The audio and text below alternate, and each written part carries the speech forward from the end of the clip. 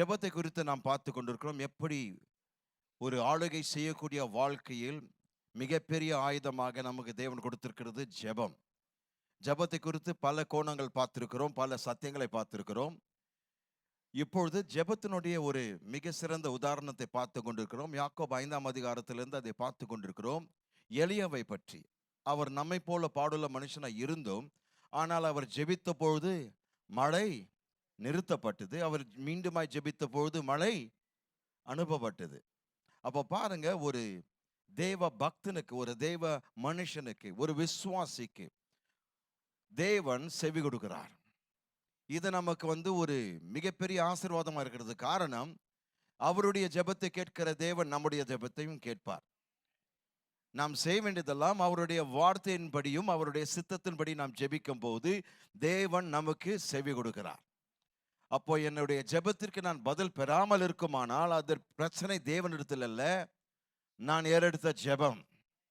நான் சித்தத்தின்படி ஜெபிக்கவில்லை, எனவே பெறவில்லை. ஆமென். ஏன்னா பல விசுவாசிகள் சொல்கிறார்கள், நாங்கள் ஜெபித்திருக்கிறோம் ஆனால் பதில் பெறவில்லை. ஆனால் தேவன் சொல்லியிருக்கிற வார்த்தை, நீ என்னை நோக்கி கூப்பிடு, நான் உனக்கு. ஆமென். அப்போ தேவன் சொல்கிறார், நான் கேட்கிற தேவனா இருக்கிறேன். ஆமென். யோவான் 14ஆம் அதிகாரம் 13ஆம் வசனம் என்ன சொல்கிறதுங்க? நீ என் நாமத்தினால் கேட்டுக்கொள்வது எதுவும் நான் அதை உங்களுக்கு செய்வேன். ஆமென்.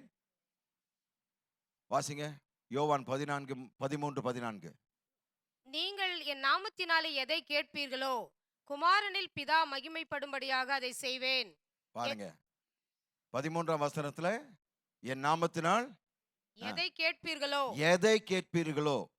ஆமென். இப்போ எதை கேட்பீர்களோ வைத்துக் கொள்ளும் போது எதை வேணாம் கேட்கலாம்னு நினைச்சிடக்கூடாது. ஏன்னா மற்ற வசனங்கள் இருக்கிறது, அவருடைய சித்தத்தின்படி எதை கேட்டாலும். அப்போ சித்தத்தின்படி நான் ஜெபிக்கும் போது, வார்த்தையின்படி நான் ஜெபிக்கும் போது, நான் எதை கேட்டாலும் கர்த்தர் கொடுப்பார்.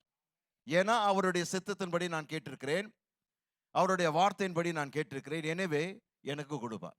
14ஆம் வசனம், என் நாமத்தினாலே நீங்கள் எதை கேட்டாலும் அதை நான் செய்வேன். பாத்தீங்களா? அதை நான் செய்வேன். எதை கேட்டாலும் வசனத்தின்படி. கண்டது கேட்க முடியாது. இருக்கிறீங்களா?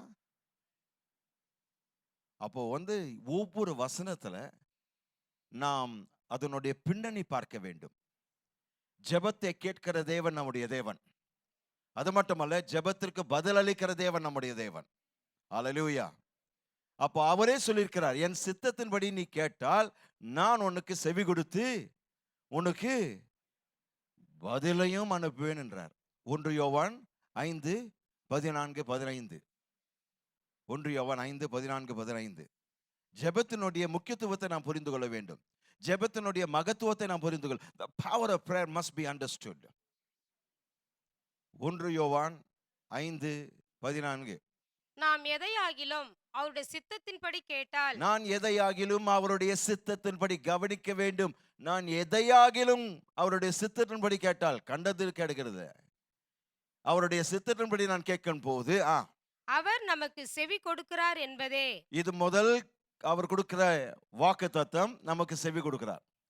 அவருடைய சித்தத்தின்படி நாம் எதை கேட்டாலும் அவர் நமக்கு செவி கொடுக்கிறார். விளங்கிடுச்சுங்களா? வாசிங்க. அவர் நமக்கு செவி கொடுக்கிறார் என்பதே அவரை பற்றி நாம் கொண்டிருக்கிற தைரியம். நாம் எதை கேட்டாலும் அவர் நமக்கு செவி கொடுக்கிறார் என்று நாம் அறிந்திருந்தோமானால் அவரிடத்தில் நாம் கேட்டவைகளை பெற்றுக்கொண்டோம் என்றும் அறிந்திருக்கிறோம். அப்ப அவர் கேட்கிற தேவன் மட்டுமல்ல, நமக்கு பதில் அளிக்கிற தேவன். ஆகவே தான் நாம் பெற்றுக்கொள்கிறோம். ஆமென். அப்போ சித்தத்தின்படி தான் நாம் கேட்கணும். அவருடைய வார்த்தையின்படி கேட்கும் போது, whatever you ask according to the word of God and the will of God, God promises answers. ஆமென். இப்போ அந்த பதில் ஆம் இருக்கலாம், இல்லை இருக்கலாம், காத்திருக்கலாம், பலவிதமான பதில்கள் இருக்கிறது. நம்ம என்ன எதிர்பார்க்கிறோம்? நம்ம கேட்கறதெல்லாம் ஆமென்னு. தேவனுடைய சில பதில்கள் இல்லை. ஹலோ. இயேசுவானவர் கெத்செமனே தோட்டத்தில் ஜெபித்தார், உம்முடைய சித்தமானால் இந்த பாத்திரம் என்னை விட்டு நீங்க கடவுது. நீக்கினாரா? அப்போ பிதாவினுடைய பதில் அவருக்கு என்னவா இருந்ததுங்க? Very good. இல்லை. We think every answer should be yes. His answers can be no because he knows better than we do.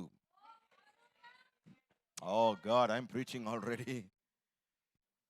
கவனிக்க வேண்டும், தேவன் இல்லை என்று சொல்லும்போது அது நம்முடைய நன்மைக்கு.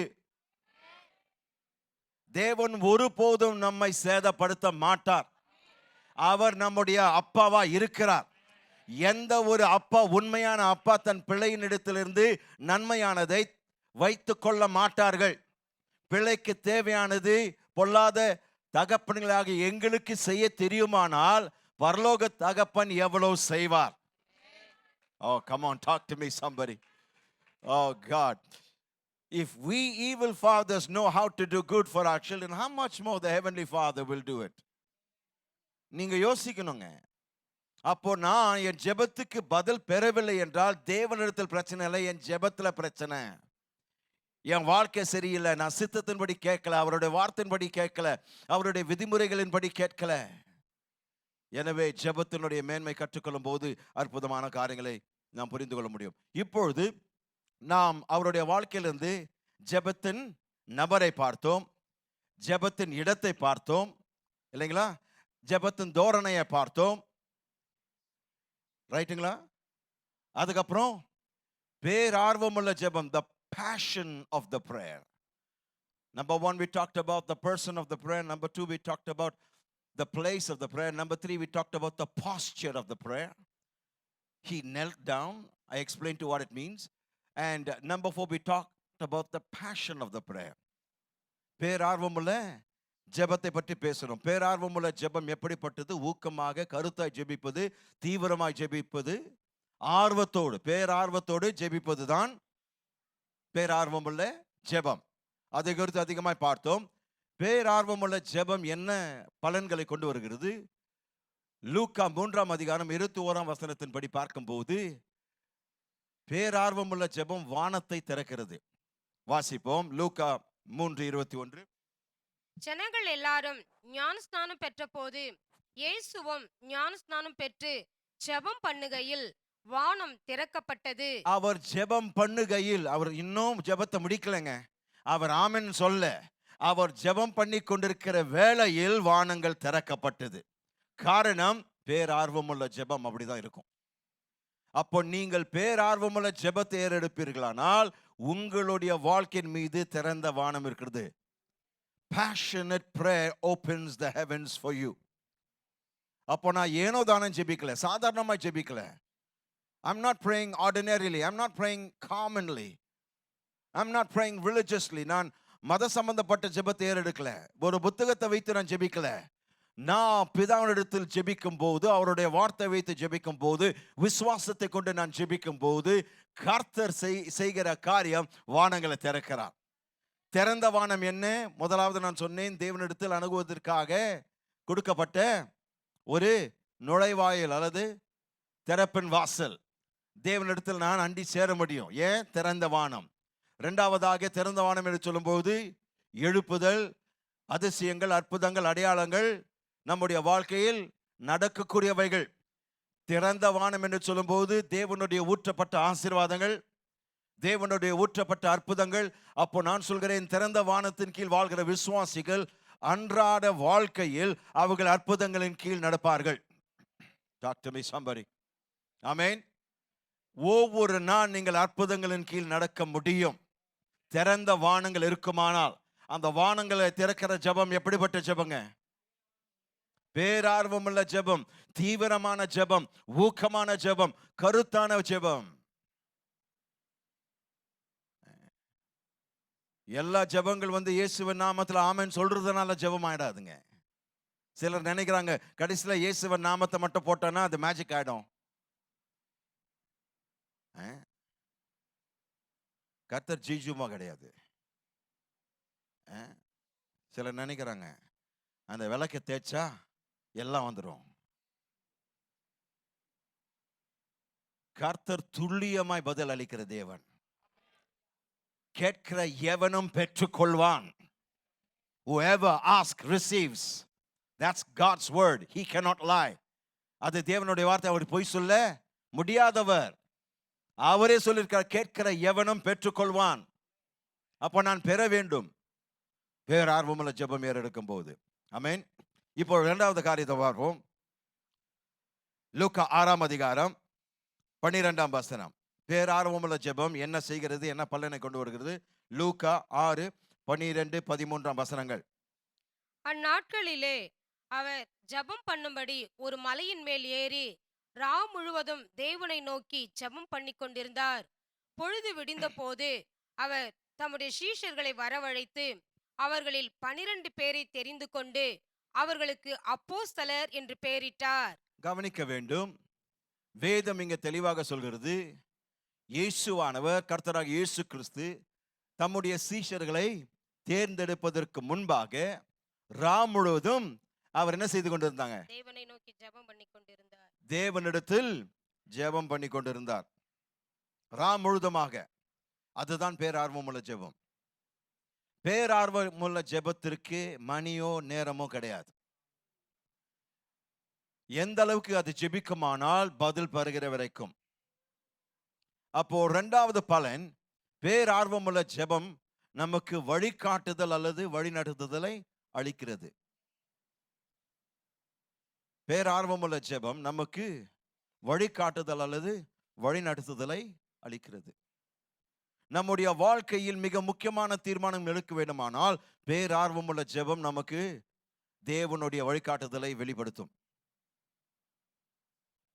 அநேக நேரங்களில் நம்முடைய வாழ்க்கையில் முக்கியமான காரியங்களை, முக்கியமான முடிவுகள் எடுக்க வேண்டிய சூழ்நிலைகள் வருகிறது. அப்பொழுதெல்லாம் நாம் செய்ய வேண்டியது இயேசுவை போல தேவனிடத்துல முழுமையாய் ஜெபிக்க வேண்டும். பேரார்வமுள்ள ஜெபம் தேவனுடைய வழிகாட்டுதலை நம்முடைய வாழ்க்கையில் கொண்டு வரும். பாருங்க, சீஷர்களை தேர்ந்தெடுக்கிறது மிக முக்கியமான ஒரு காரியம். ஏன்னா அவருக்கு உகந்த சீஷர்கள் எடுக்க வேண்டும்.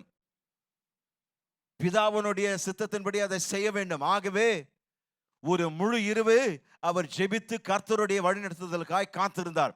அந்த பேரார்வமுள்ள ஜெபம் அவருக்கு அந்த வழிகாட்டுதல் கொடுக்கப்பட்டது, அந்த வழிநடத்துதல் கொடுக்கப்பட்டது. சரியான சீஷர்களை தேர்ந்தெடுத்தார். இருக்கிறீங்களா? யோசித்து பாருங்க. யூதாஸ் இஸ்காரியத்தையும் சேர்த்து தான் சொல்றேன். அவரையும் தேர்ந்தெடுப்பதற்கு அவர் ரா முழுதும் ஜெபித்தார். ஏன் பாஸ்டர்? ஏன்னா அவர் தேர்ந்தெடுக்கலன்னா அவர் காட்டி கொடுக்கப்பட்டிருக்க மாட்டாரு, அதன் நிமித்தமாய் மரித்திருக்க மாட்டாரு, நம்ம எல்லாரும் நரகத்துக்கு போயிருப்போம். You better thank God for passionate prayer. பேரார்வமுள்ள ஜெபத்திற்காக நீங்க நன்றி சொல்லணுங்க. ஏன்னா சில தவறான நபர்களை நம்முடைய வாழ்க்கையில் தேவன் அவருடைய ஆலோசனைப்படி அனுமதிக்கும் போது நம்மை உயர்த்தும்படி. இருக்கிறீங்களா? அதற்காக நீங்க போய் அவங்கள மணந்து கொண்டு கர்த்தர் நல்லது செய்வாருன்னு சொல்ல வரல. சிலர் இந்த வசனத்தை வச்சுட்டு பாஸ்டர் சொல்லிட்டாரு, யார் வேணா கல்யாணம் பண்ணிக்கல இனிமேல்ட்டு.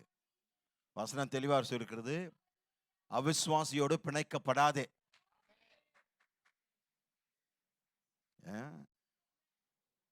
நான் அவரை மாத்திருவேன், அந்த கதையெல்லாம் வேணாம். யார் யாரா மாத்த முடியாது.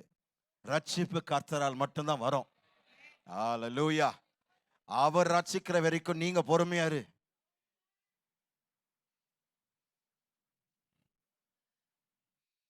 ஆகவேதான் சொல்கிறேன், பேரார்வமுள்ள ஜெபத்தை அன்றாட வாழ்க்கையில் ஜெபிக்க கற்றுக்கொள்ளுங்கள். ஏனென்றால் உங்களுக்கு ஒவ்வொரு முடிவெடுக்கும் போது அவர் நமக்கு வழிகாட்டுதல் கொடுப்பார், அவர் நம்மை வழி நடத்துவார். பிதாவானவர் குமாரனை அற்புதமாய் வழிநடத்தி அந்த அற்புதத்தை அவருடைய குமாரனுக்கு இயேசுவுக்கு செய்த அதே தேவன் நமக்கும் செய்வார். வாழ்க்கையில் எத்தனை நெருக்கடிகள் வந்தாலும் நீங்கள் முடிவெடுக்கும் போது, தீர்மானம் எடுக்கும் போது அவர் அற்புதமாய் உங்களுக்கு வழிகாட்டுதலை காண்பிப்பார், வெளிப்படுத்துவார். அடுத்தது மூன்றாவது பலன், லூக்கா 9ஆம் அதிகாரம் 29ஆம் வசனம். லூக்கா 9ஆம் அதிகாரம் 29ஆம் வசனம். அவர் ஜெபம் பண்ணுகையில் அவருடைய முக ரூபம் மாறிற்று, அவருடைய வஸ்திரம் வெண்மையாகி பிரகாசித்தது. அல்லேலூயா. இந்த பலனை எழுதிக் கொள்ளுங்கள். பேரார்வமுள்ள ஜெபம் பிதாவினுடைய மகிமையை அனுபவிக்க நமக்கு உதவுகிறது. பேரார்வமுள்ள ஜெபம் பிதாவினுடைய மகிமையை அனுபவிக்க நமக்கு உதவுகிறது. அவர் ஜெபம் பண்ணுகையில் அவருடைய முகரூபம் மாறிற்று, அவருடைய வஸ்திரம் வெண்மையாய் பிரகாசித்தது. பிரியமானவர்களே, பேரார்வமுள்ள ஜெபத்தை நீங்கள் ஏறெடுக்கும் போது கர்த்தர் தம்முடைய மகிமையினால் உங்களை முடிசூட்டுவார். கிறிஸ்தவர்களுடைய வாழ்க்கையில் மகிமை காணப்படாததற்கு காரணம் பேரார்வமுள்ள ஜெபம் இல்லை, ஊக்கமான ஜெபம் இல்லை. கடமைக்காக ஜெபிக்கும் போது மகிமை காண முடியாது. நீர் என்னை விசுவாசித்தால் தேவ மகிமை காண்பாய் என்று இயேசுவானவர் மார்த்தாள் இடத்தில் சொன்னார் இல்லைங்களா? மகிமை காண விரும்பினால் நாம் என்ன செய்ய வேண்டும்? பேரார்வமாய் ஜெபிக்க வேண்டும், ஊக்கமாய் ஜெபிக்க வேண்டும், கருத்தாய் ஜெபிக்க வேண்டும், தீவிரமாய் ஜெபிக்க வேண்டும், தொடர்ந்து ஜெபிக்க வேண்டும், தொடர்ச்சியாய் ஜெபிக்க வேண்டும், ஆழமாய் ஜெபிக்க வேண்டும், வார்த்தையின்படி ஜெபிக்க வேண்டும், விசுவாசத்தின்படி ஜெபிக்க வேண்டும். இதெல்லாம் செய்தால்தான் தேவ மகிமை உங்களுடைய வாழ்க்கையில் இருக்கும்.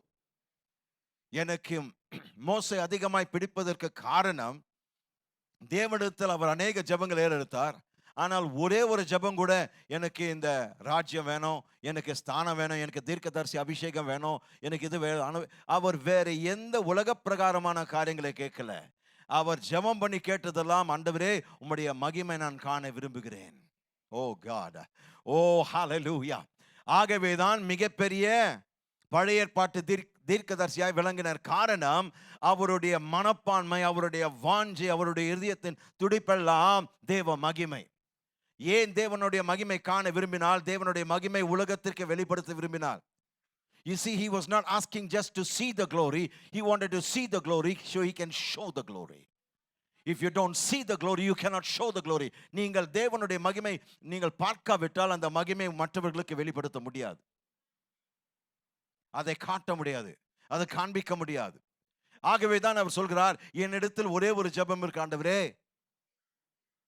நான் உம்மிடத்தில் கிருபை பெற்றிருந்தால் எனக்கு உம்முடைய மகிமையை காண்பியும். அவர் கேட்ட மாத்திரத்தில் கர்த்தர் அதை செய்தார். ஏன்னா அவர் சித்தத்தின்படி ஜெபித்தார். தேவன் தம்முடைய மகிமை நம் மூலமாய் வெளிப்படுத்த விரும்புகிறார். நாம் மகிமை எடுத்துக்கொள்வதற்காக மகிமை கேட்கல, மகிமை அவருக்கு செலுத்துவதற்காக மகிமை கேட்கிறோம். ஏனென்றால் தேவ மகிமை வரும்போது தேவனுடைய ஆழ்தத்துவத்தின் முழுமைதான் தேவனுடைய மகிமை. ஏதோ ஒரு குணாதிசயம் அல்ல, அவருடைய எல்லா குணாதிசயம் இணைந்து ஊற்றப்படுதுதான் தேவ மகிமை. அப்போ தேவ மகிமை என்று சொல்லும்போது அவருடைய பிரசனம், அவருடைய வல்லமை, அவருடைய காருண்யம், அவருடைய பரிசுத்தம், அவருடைய மகத்துவம், அவருடைய மாட்சிமை, அவருடைய பிரகாசம் எல்லாமே அந்த ஒரு வார்த்தையில் அடங்கி இருக்கிறது. அப்போ தேவனுடைய ஒட்ட மொத்தமே அவருடைய மகிமையா இருக்கிறது. அப்போ நாம் மகிமைக்காக கேட்கும் போது, ஆண்டவரே உம்முடைய மகிமை எனக்குள் வெளிப்படுத்தும் என்று சொல்லும் போது, தேவனே உம்முடைய முழுமையை எங்களுக்குள் வெளிப்படுத்தும். ஏனென்றால் அப்படியாக நீங்கள் வெளிப்படுத்தும் போது இது ஒரு மனுஷனால் வந்ததல்ல, இது தேவனால் வந்தது என்று மக்கள் சொல்லி, மக்கள் கண்டு பிதாவாகிய தேவனை துதிப்பார்கள். இயேசுவானவர் ஜெபித்த போது, அவர் ஜெபித்துக் கொண்டிருந்த வேளையில், ஜெபம் பண்ணுகையில் அவருடைய முகரூபம் மாறிற்று, அவருடைய வஸ்திரம் வெண்மை போல் பிரகாசித்தது, தேவ மகிமை அவர் மீது இறங்கியது. இந்த சீஷர்கள் அதை கண்டார்கள். நான் சொல்கிறேன், நீங்கள் ஜெபிக்கும் போது, நீங்கள் ஜெபத்துக்கு உங்களை ஒப்பு கொடுக்கும் போது, ஜெப வாழ்க்கை உங்களுடைய வாழ்க்கை பாணியாக மாறும் போது, ஜெபம் உங்களுடைய வாழ்க்கை பாணியாக மாறும் போது, நான் சொல்கிறேன், தேவன் உங்களை அசாதாரணமான விதங்களில், வினோதமான விதங்கள், விசித்திரமான விதங்களில் உங்களை பயன்படுத்துவார். இருக்கிறீங்களா?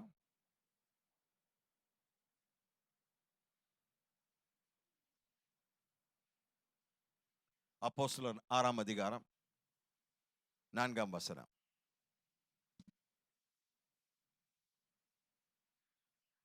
நாங்களோ ஜெபம் பண்ணுவதிலும் தேவ வசனத்தை போதிக்கிற ஊழியத்திலும் இடைவிடாமல் தரித்திருப்போம் என்றார்கள்.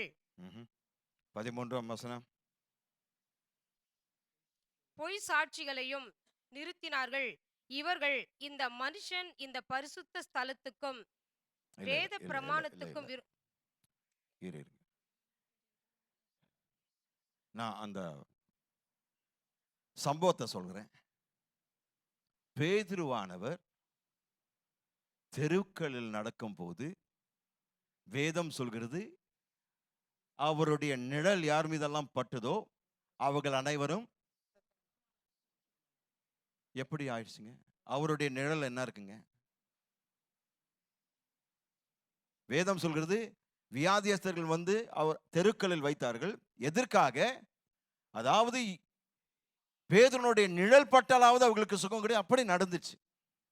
அப்போ நான் கேட்கிற கேள்வி, பேதுருனுடைய நிழல் அவர்களை சுகமாக்கியதா? இல்ல. அப்ப எதுங்க? தேவனுடைய மகிமை. தேவனுடைய மகிமை அந்த அளவுக்கு எப்படி அவருடைய வாழ்க்கையில் இருந்தது? அதாவது அவருடைய நிழலில் கூட தேவ மகிமை இருந்தது.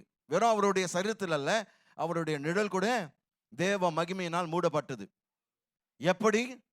அவர் சொன்னார், நாங்கள் வார்த்தைக்கும் ஜெபத்திற்கும் இடைவிடாமல் தரித்திருப்போம். ஜெபிக்கிறவர்கள், ஊக்கமாய் ஜெபிக்கிறவர்கள், பேரார்வம் கொண்டவர்கள், நான் சொல்கிறேன், அவர்கள் தேவனுடைய மகிமையை அனுபவிப்பார்கள். ஆமென். அடுத்த பலன் யோவான் 17ஆம் அதிகாரம் வாசிக்க முடியாது, அது முழு அதிகாரம். இது இயேசு கிறிஸ்துவனுடைய ஜெபங்கள். 3 விதமாய் அவர் ஜெபிக்கிறார். முதலாவது தமக்கென்று அவர் ஜெபிக்கிறார். இரண்டாவதாக அவருடைய சீஷர்களுக்காக ஜெபித்தார். மூன்றாவது உலகத்தில் இருக்கிற எல்லா விசுவாசிகள், அன்றைக்கு இருந்தது, இன்றைக்கு இருக்கிற, இனிமேல் வரப்போகின்ற இந்த உலகம் இருக்கிற வரைக்கும் எல்லா விசுவாசிகளுக்காக ஜெபி. அப்போ பாருங்க, 3 விதமாய் அவருடைய அந்த ஜெபத்தை பிரிக்கலாம். தமக்கென்று அவர் ஜெபித்தார், சீஷர்களுக்கு ஜெபித்தார், உலகத்தில் இருக்கிற எல்லா விசுவாசிகள், எங்களையும் உங்களையும் சேர்த்து ஜெபித்திருக்கிறார். ஆமென். அப்ப கவனிங்க, பேரார்வம் உள்ள ஜெபம். அடுத்த பலன் எழுதிக்குங்க, பேரார்வம் உள்ள ஜெபம் மற்றவர்களுடைய வாழ்க்கையை பாதிக்கும். Passionate prayer will impact the life of others. பேரார்வம் உள்ள ஜெபம் மற்றவர்களுடைய வாழ்க்கையை பாதிக்கும். ஓ காட், நமக்கு மட்டும் பலன் வராதுங்க. நம்மிடத்தில் ஜெபத்திற்காக வருகிற யாவரும் பலன் பெறுவார்கள். நீங்கள் ஊக்கமாய் யாருக்கெல்லாம் ஜெபிக்கிறீர்களோ அவர்கள் பலன் பெறுவார்கள்.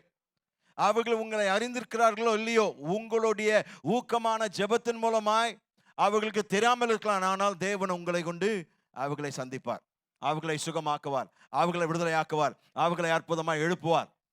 Glory to God. Hallelujah. அப்போ உங்களை கொண்டு ஒரு திரள் கூட்டத்தை தேவன் சந்திக்க விரும்புகிறார். உங்களுடைய பேரார்வம் உள்ள ஜெபம் மற்றவர்களுடைய வாழ்க்கைகளை முற்றிலுமாய் பாதிக்கும் பிரியமானவர்களே. எனவே ஜெபிப்போம், ஜெபித்து காரியங்களை சாதிப்போம். ஆமென். கடைசியாக லூக்கா 22:42, லூக்கா 22:42, பேரார்வம் ஜெபம் உள்ள பலனின் கடைசி பலன். லூக்கா 22:42, வேகமாக வாசிங்க. பிதாவே, உமக்கு சித்தமானால் இந்த பாத்திரம் என்னை விட்டு நீங்கும்படி செய்யும். ஆயினும் என்னுடைய சித்தத்தின்படி அல்ல, உம்முடைய சித்தத்தின்படி ஆக கடவது என்று ஜெபம் பண்ணினார். பேரார்வமுள்ள ஜெபத்தின் மூலம் மட்டுமே நம்முடைய இருதயங்களை தேவனிடத்தில் ஊற்ற முடியும். பேரார்வமுள்ள ஜெபத்தின் மூலம் மட்டுமே நம்முடைய இருதயங்களை தேவனிடத்தில் ஊற்ற முடியும். Praise God. அப்போ பேரார்வம் உள்ள ஜெபம் இருதயத்திலிருந்து வரக்கூடிய ஜெபம். சென்ற வாரத்தில் நாம் அன்னாளை குறித்து பார்த்தோம்.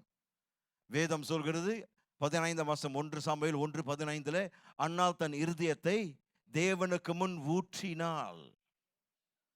தேவனுடைய சந்நிதியில் தன்னுடைய இருதயத்தை, முழு இருதயத்தை ஊற்றினாள். அதுதான் பேரார்வம் உள்ள ஜெபம். என்ன நடந்ததுங்க? அவளுடைய இருதயத்தை தேவனுக்கு முன் அவள் ஊற்றின பொழுது தேவன் அவளுக்கு ஒரு சாமுவேலை கட்டவிழ்த்தார். உங்களுடைய சாமுவேல் பெற்றெடுக்க நீங்கள் உங்கள் முழு இருதயத்தோடு அவரை நோக்கி ஜெபிக்கும் போது அது சம்பவிக்கும். உங்களுடைய அற்புதம் நீங்கள் பிறப்பிக்க முடியும். உங்களுடைய அற்புதத்தை நீங்கள் வெளிப்படுத்த முடியும். உங்களுடைய அற்புதத்தை நீங்கள் காண முடியும். ஆனால் நாம் பேர் ஆர்வமுள்ள ஜெபத்தை ஏறெடுக்க வேண்டும். ஆமென். Praise the Lord. ஐந்தாவதாக ஜெபத்தின் இளையவனுடைய ஜெபத்தின் ஐந்தாவது சத்தியம், the persistence of the prayer. ஜெபத்தின் விடாமுயற்சி அல்லது ஜெபத்தின் உறுதி. ஜெபத்தின் விடாமுயற்சி அல்லது ஜெபத்தின் உறுதி. 1 ராஜாக்கள் 18ஆம் அதிகாரம் 43ஆம் வசனம். 1 ராஜாக்கள் 18:43. தன் ஊழியக்காரனை நோக்கி, நீ போய் சமுத்திர முகமாய் பார் என்றான். அவன் போய் பார்த்து ஒன்றும் இல்லை என்றான். நீ இன்னும் 7 தரம் போய் பார் என்றான். கொலோசியர் 4ஆம் அதிகாரம் 2ஆம் வசனத்தினுடைய முற்பகுதி. கொலோசியர் 4ஆம் அதிகாரம் 2ஆம் வசனத்தினுடைய முற்பகுதி. இடைவிடாமல் ஜெபம், ஸ்தோத்திரத்துடன் ஜெபத்தில் விழித்திருங்கள், இடைவிடாமல் ஜெபம் பண்ணுங்கள். இடைவிடாமல் ஜெபம் பண்ணுங்கள். இந்த இடைவிடாமல் ஜெபம் பண்ணுங்கள் என்கின்ற மொழியாக்கம் செய்யப்பட்ட வார்த்தை ஒரு மிக வல்லமை வாய்ந்த வார்த்தையா இருக்கிறது. இந்த வசனத்துல கொலோசியர் 4:2 அது ஒரு கட்டளையாக கொடுக்கப்பட்டது. அப்போ அவர் வேண்டுதல் செய்யல, தயவு செய்து இடைவிடாமல் ஜெபம் பண்ணுங்க சொல்ல. எப்படி சொல்லப்பட்டிருக்குதுங்க? இடைவிடாமல் ஜெபம் பண்ணுங்க. வாசிங்க. இடைவிடாமல் ஜெபம் பண்ணுங்கள். அது என்ன வேண்டுகோளா? அது சொல்லுங்க தயவு செய்து. அதனுடைய துணி உங்களுக்கு தெரியுது இல்லைங்களா? இடைவிடாமல் ஜெபம் பண்ணுங்க. இட்ஸ் a கட்டளை. அது ஒரு கட்டளைங்க, ஒரு ஆணை. இடைவிடாமல் ஜெபம் பண்ணுங்க. இடைவிடாமல் ஜெபம் பண்ணுங்க. 24 மணி நேரம் ஜெபம் பண்றதல்ல, தொடர்ச்சியாக ஜெபம் பண்ணுங்க. ரெகுலராக ஜெபம் பண்ணணும். ரைட்டுங்களா? 24 மணி நேரம் யாரும் ஜெபிக்க முடியாது. அதுக்குன்னு சில நாட்கள் ஒதுக்கி பண்ணலாம். ஆனால் வாழ்க்கை முழுவதும், ஆயுசு முழுவதும் அதை செய்ய முடியாது. ஏன்னா நீங்க வேலைக்கு போகணும், மற்ற காரியங்கள் இருக்கிறது, சமைக்கணும், எல்லாம் காரியங்கள் இருக்கு.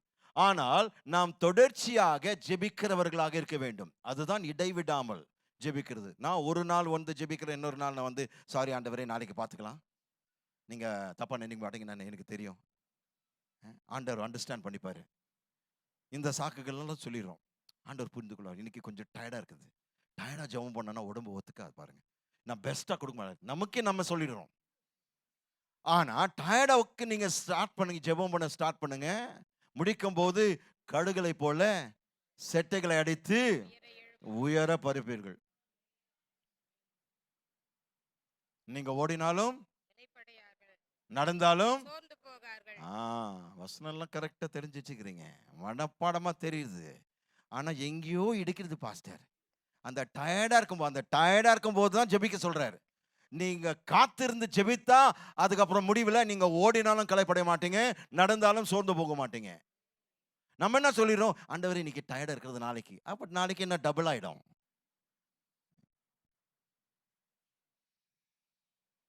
நான் என்ன டயர்டா இருந்தாலும் நான் ஜெபிப்பேன் தீர்மானம் பண்ணுங்க. கர்த்தர் பெரிய காரியங்களை செய்வார். இருக்கிறீங்களா?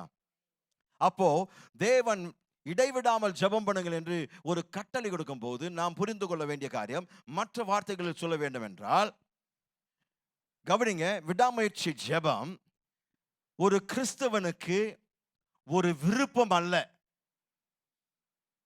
அது கர்த்தருடைய கட்டளை. நமக்கு அது ஆப்ஷன் கிடையாதுங்க. இருக்கிறீங்களா? இடைவிடாமல் ஜெபம் பண்ணுவது ஒரு கிறிஸ்தவனுக்கு கொடுக்கப்பட்ட ஆப்ஷன் அல்ல, விருப்பம் அல்ல. இது தேவனுடைய கட்டளை, நான் செய்துதான் ஆகணும். செய்தால் எனக்கு பலன், உலகத்திற்கு பலன். செய்தால் பிதாவுக்கு மகிமை. ஏனென்றால் நான் அதிகமாய் ஜெபிக்கும் போது அவரை சார்ந்து வாழ்கிறேன் என்று வெளிப்படுத்துகிறேன். The more I pray, the more I say I am dependent on God. Amen. நான் அதிகமாக எவ்வளவுக்கு எவ்வளவு ஜெபிக்கிறேனோ, ஆண்டவரே என்னால் ஒன்றும் செய்ய முடியாது, இந்த சூழ்நிலை என்னால் மாற்ற முடியாது, என் ஞானத்தை பயன்படுத்தி எதுவும் செய்ய முடியாது, நான் உம்மை நோக்கி ஜெபிக்கிறேன். நீர் எனக்கு செவி சாயாவிட்டால், நீர் எனக்கு ஒத்தாசை செய்யாவிட்டால் இந்த பிரச்சனையிலிருந்து என்னால் மீண்டு வர முடியாது. சார்ந்திருக்கிற வாழ்க்கை தான் ஜெப வாழ்க்கை. Life of prayer is a life of dependence on God. That's why you have to pray. ஜெபிக்காதவர்கள் என்ன சொல்கிறீர்கள்?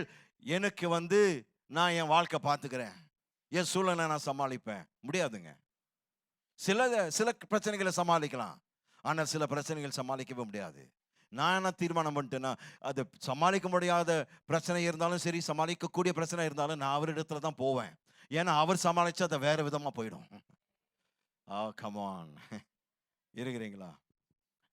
அப்போ மீண்டுமா 1 ராஜாக்களுக்கு வருவோம், 18ஆம் அதிகாரம். எலியா எத்தனை முறை ஜெபித்தாருங்க?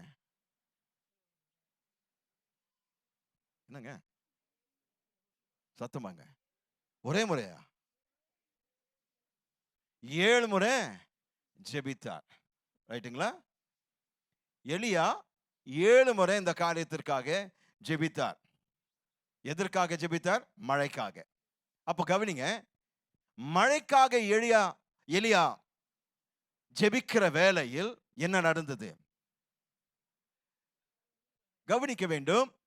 மழைக்காக அவர் ஜெபிக்கிற வேளையில் தேவனுடைய ஒரு வாக்குத்தத்தத்தை அவர் ஜெபித்திருந்தாலும் அவர் விடாமுயற்சியோடு ஜெபித்தார். மிக முக்கியமானது. நம்ம என்ன நினைக்கிறோம்? தேவன் ஏற்கனவே வாக்குத்தத்தம் பண்ணிட்டாரு, அப்ப நான் ஏன் ஜெபிக்கணும்? தேவன் தான் செய்றேன்னு சொல்லிட்டாரு, அப்ப நான் ஏன் ஜெபிக்கணும்?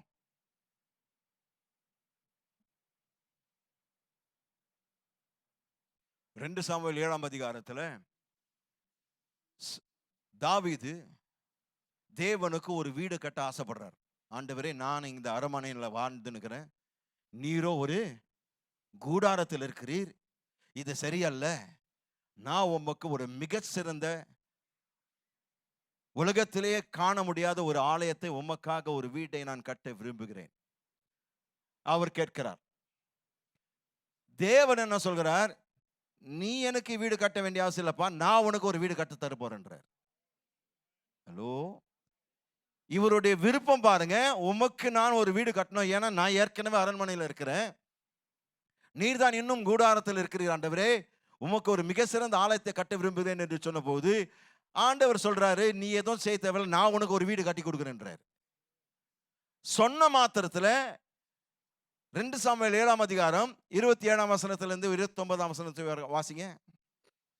உனக்கு வீடு கட்டுவேன் என்று இஸ்ரவேலின் தேவனாகிய சேனைகளின் கர்த்தராய் இருக்கிற நீர் உமது அடியானின் செவிக்கு வெளிப்படுத்தினீர். பாருங்க, தாவீது என்ன சொல்றாரு?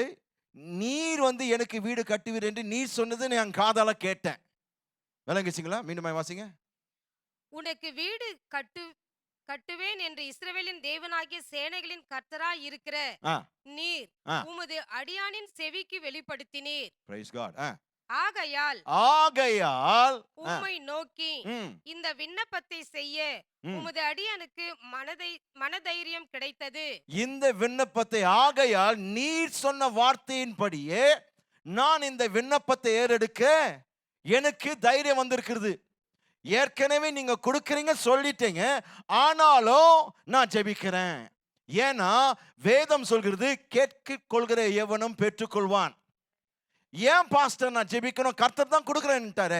அவர் கேட்க சொல்லியிருக்கிறார்.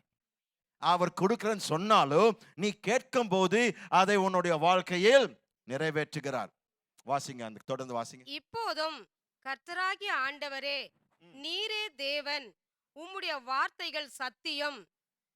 தேவரீர் உமது அடியனுக்கு இந்த நல் விஷயங்களை வாக்குத்தத்தம் பண்ணினீர். இப்போதும் உமது அடியனின் வீடு என்றைக்கும் உமக்கு முன்பாக இருக்கும்படி அதை ஆசீர்வதித்தருளும். கர்த்தரான ஆண்டவராகிய தேவரீர் அதை சொன்னீர். உம்முடைய ஆசீர்வாதத்தினாலே உமது அடியானின் வீடு என்றைக்கும் ஆசீர்வதிக்கப்பட்டிருப்பதாக என்றான். தேவன் இதெல்லாம் ஏற்கனவே செய்றேன்னு சொல்லிட்டாரு. சொன்ன பிறகும் இவர் கேட்கிறார். காரணம், இது வேதத்தின் விதிமுறை. பிதாவானவர் நமக்கு கொடுக்கிறேன் சொன்னதை கேட்க சொல்கிறார். அவர் நாமத்தினால் நீ கேட்டுக்கொள்வது எதுவோ நீ கேட்டா நான் தரேன்றார். இது தேவ விதிமுறை. இது நாம் கையாளும் போது, கை கொள்ளும் போது நமக்கு தேவன் செவி கொடுக்கிறார், ஆசீர்வதிக்கிறார். விளங்கிடுச்சுங்களா? அப்போ பாருங்க, எலியாவானவர் தேவனுடைய வாக்கு தத்தத்தை ஜெபிக்கிறார். ஏனென்றால் ஒன்று ராஜாக்கள் 17ஆம் அதிகாரம் 1ஆம் வசனம். கீலேயாத்தின் குடிகளிலே திஸ்பியனாகிய எலியா ஆகாப்பை நோக்கி, என் வாக்கின்படியே அன்றி இந்த வருஷங்களிலே பனியும் மழையும் பெய்யாதிருக்கும் என்று இஸ்ரவேலின் தேவனாகிய கர்த்தருக்கு முன்பாக நிற்கிற நான் அவருடைய ஜீவனை கொண்டு சொல்லுகிறேன் என்றான். இப்ப கவனிங்க, 18ஆம் அதிகாரம் 1ஆம் வசனம். அநேக நாள் சென்று மூன்றாம் வருஷம் ஆகையில் கர்த்தருடைய வார்த்தை எலியாவுக்கு உண்டாகி, நீ போய் ஆகாப்புக்கு உன்னை காண்பி, நான் தேசத்தின் மேல் மழையை கட்டளையிடுவேன் என்றார். கவனிங்க, தேவன் சொன்ன வார்த்தைகளை கூர்ந்து கவனிங்க. நீ போய் ஆகாபை சந்தி, நீ சந்திக்கும் போது நான் மழை அனுப்புவேன்றார். விளங்கிடுச்சுங்களா? எங்கேயாவது ஜெபிக்க சொல்லியிருக்கிறாருங்களா? சொல்லுங்க. இந்த வசனத்துல என்ன சொல்றாருங்க? நீ போய் ஆகாபை சந்தி, நீ சந்திச்சா நான் மழை அனுப்புறேன். வாக்குத்தத்தத்தை எடுத்துதான் 18ஆம் அதிகாரத்தினுடைய 45ஆம் வசனத்துல ஜெபிக்கிறார். 42ஆம் வசனத்துல அவர் மேலே ஏறி ஜெபிக்க ஆரம்பிக்கிறார். 7 தரம் ஜெபித்தார். எதை ஜெபித்தார்? தேவன் வாக்கு பண்ணினதை அவர் ஜெபித்தார். ஆனால் தேவன் ஏற்கனவே வாக்குத்தத்தம் பண்ணிவிட்டார். எனவே நான் அசதியா இருக்கலாம், அவ்வளவு பிரயாசப்பட வேண்டிய அவசியம் இல்லை. அவர் பிரயாசப்பட்டார், அவர் ஊக்கமாய் ஜெபித்தார். யாக்கோபு சொல்கிறார், அவர் கருத்தாய் ஜெபித்தார். இருக்கிறீங்களா? அவர் தீவிரமாய் ஜெபித்தார், பதில் பெறுகிற வரைக்கும் ஜெபித்தார். That is the power of persistent prayer. I don't stop until I get my blessing. என்னுடைய ஆசீர்வாதத்தை பெறுகின்ற வரைக்கும் நான் நிறுத்த போவதில்லை. இருக்கிறீங்களா? இதுதான் விடாமுயற்சியின் ஜெபம். தேவன் ஏற்கனவே செய்ய வாக்குத்தத்தம் பண்ணினதை நான் எடுத்து ஜெபிக்கிறேன். ஆனால் நான் ஏனோ தானே ஜெபிக்கல, நான் பெறுகின்ற வரைக்கும் அதிலே நான் தங்கியிருந்து விசுவாசத்தை கொண்டு ஜெபித்து கொண்டிருக்கிறேன். அதற்கு அதே காரியத்தை திருப்பி திருப்பி திருப்பி ஜெபிக்கல, மாறாக நான் ஜெபித்ததை உறுதியாக நான் பற்றிக்கொள்கிறேன். பெறுகிற வரைக்கும் என் ஜெபத்தை நான் விட மாட்டேன். என் ஜெபத்தில் நான் நிலைத்திருப்பேன். Praise the Lord. அப்போ நம்முடைய வாழ்க்கையில் நாம் எப்படி ஜெபிக்கிறோம்? விடாமுயற்சியோடு ஜெபிக்கிறோமா? உறுதியாய் ஜெபிக்கிறோமா? ஏன்னா பேரார்வமுள்ள ஜெபத்தை பார்த்தோம். இப்போ நான் நிறுத்தக்கூடாது என் ஜெபத்தை. என்ன என் வாழ்க்கையில் நடந்தாலும் நான் ஜெபித்துக் கொண்டிருப்பேன். No matter what I go through in my life, I am a prayer warrior. நான் ஜெப வீரன். ஆமென். எல்லாரும் சொல்லுங்க, நான் ஜெபிக்கிற மனுஷன். மீண்டும் சொல்லுங்க. எப்பொழுதுங்க? எப்பொழுதுமே. நான் ஜெபிக்கிற மனுஷன். எப்பொழுதெல்லாம் எனக்கு நேரம் கிடைக்கிறது நான் ஆண்டவரிடத்தில் பேசுவேன். அதான் ஜெபம். பிதாவினிடத்தில் பேசுவது தான் ஜெபம். Prayer is talking to God about everything, not just your prayer points. வேதம் உங்களுடைய ஜெப குறிப்புகள் அல்லங்க, எல்லாவற்றையும் பற்றி தேவனிடத்தில் பேசுவது தான் ஜெபம்.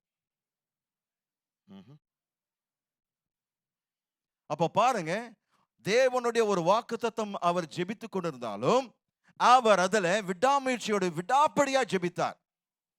அதாவது கவனிக்க வேண்டும், அதாவது அவர் ஜெபிக்கும் போது தம்முடைய ஜெபத்திற்கு பதில் அளிக்கப்படுகின்ற ஆதாரம் கிடைக்கும் வரை அவர் தொடர்ந்து ஜெபித்துக் கொண்டே இருந்தார். That is persistent prayer. அதுதான் விடாமுயற்சியின் ஜெபம். தன்னுடைய ஜெபத்திற்கு பதில் கிடைக்கின்ற வரைக்கும் நான் ஜெபித்துக் கொண்டே இருப்பேன். அதாவது அந்த ஜெபத்தில் நிலைத்திருப்பேன். அதே தான் திருப்பி திருப்பி கேட்கறது இல்லை, அதில் நான் நிலைத்திருப்பேன். பெறுகிற வரைக்கும் நான் அந்த ஜெபத்தில் ஆண்டவரை நோக்கி நான் பார்த்து கொண்டிருப்பேன். அவர் ஜெபித்துக் கொண்டே இருந்தார். அதே காரியத்திற்காக அல்ல, அதுல உறுதியா நின்னு ஜெபித்துக் கொண்டிருக்கிறார். ஆண்டவரே நீ செய்வீர், போய் பாருப்பா. அவர் வந்து சொல்றாரு, இல்ல எதுவும் இல்ல ஆண்டவரே நீ செய்வீர், இதை போய் ஆண்டவரே, இதை நான் நம்பல. நீங்க வாக்குத்தத்தம் பண்ணிட்டீங்க, நான் ஆகாபை சந்திச்சிட்டேன், இனி மழை வருது. இவர் சொல்றார் மேகம் பார்க்கல. நான் சொல்றேன் ஆண்டவரே நான் விசுவாசிக்கிறேன், மேகம் இருக்கிறதோ இல்லையோ, நீங்க சொன்னது பொய்யாகாது. எஜமானனே மேகம் இல்ல, மேகம் இல்லப்பா, அவர் வார்த்தை இருக்கு. எனக்கு அவருடைய மேகத்தை விட அவருடைய வார்த்தை தான் நம்புறேன். ஏன்? அந்த வார்த்தை தான் மேகம் அது உண்டாக்கியது. அப்போ இப்போ வேணா அந்த மேகம் இல்லாம இருக்கலாம், ஆனால் நான் வார்த்தையை பேச பேச பேச மேகம் உண்டாகும். Come on somebody, you're not thinking in my frequency. பிரியமானவர்களே, நாம் எப்படி ஜெபிக்கிறோம்? வாக்குத்தத்தத்தை வைத்திருக்கிறோம், வாக்குத்தத்தம் ஜெபிச்சிட்டு இருக்கிறேன், ஆனால் அதுக்கு பிறகு என்ன செய்கிறேன்? அதில் நிலைத்திருக்கிறேன். அதை கொண்டு ஆண்டவரே நீ சொன்னீர், அதை செய்விரப்பா, இதை நான் நம்ப போறதில்ல. ஒரு தரம், ரெண்டு தரம், மூன்று, எத்தனை முறை நீ போய் வந்தாலோ பெறுகிற வரைக்கும் நான் கேட்டுக்கொண்டே இருப்பேன். Oh God. ஆதாரம் கிடைக்கின்ற வரைக்கும், அத்தாட்சி கிடைக்கின்ற வரைக்கும், சான்றிதழ் கிடைக்கின்ற வரைக்கும் நான் ஜெபத்தில் நிலைத்திருப்பேன், விடாமுயற்சியா ஜெபிப்பேன். கவனிங்க, எலியா தரையை நோக்கி அவருடைய முகத்தை வைத்தார். எதற்காக தரையை நோக்கி தன் முகத்தை வைத்தார்? ஏன்னா எதுவும் அவரை திசை திருப்பக்கூடாது. He didn't want any distraction. He buried his face on the ground. முகத்தை தரையின் மீது எதற்காக பணிந்து வைத்தார்னா, வேற எந்த காரியம் என்னை திசை திருப்பக்கூடாது, மாறாக என்னுடைய முழு கவனம் பிதாவு வாக்குத்தத்தம் பண்ணிட அந்த வாக்குத்தத்தத்தின் மீது இருக்கும். நான் வேற எதுவும் பார்க்க விரும்பல, வேற எதுவும் கேட்க. அவருடைய கண்கள் வந்து மேகத்தை நோக்கி பார்க்கல, அவருடைய கண்கள், வேதம் சொல்கிறது, அவருடைய நோக்கத்தின் மீது, அவருடைய கவனம் எதன் மீது இருந்தது? தேவன் வாக்குத்தத்தம் பண்ணின மழையின் மீது இருந்தது. தன் முகத்தை நிமிர்ந்து அவர் சொன்ன காரியம், நீ போய் சமுத்திர முகத்தை பார். You go and look up for the cloud. I'm going to look down into the promise. நான் வாக்குத்தத்தத்தின் மீது என் கண்களை நான் வைக்க போகிறேன், என் முகத்தை வைக்க போகிறேன். நீ போய் கண்களை ஏறெடுத்து மேகத்தை பார். உன் வேலை கண்களை ஏறெடுத்து பார்ப்பது, என் வேலை என் கண்களை நோக்கமாய் வார்த்தையின் மீது, வசனத்தின் மீது, வாக்குத்தத்தத்தின் மீது நான் வைக்க போகிறேன். என் கண்கள் வேறு எதுவும் பார்க்காது. You do the seeing for the evidence, I'll do the seeing of the promise. நான் வாக்குத்தத்தத்தை பார்த்து கொண்டிருப்பேன், வாக்குத்தத்தத்தினுடைய நிறைவேறுதல் நீ பார். Oh, talk to me somebody.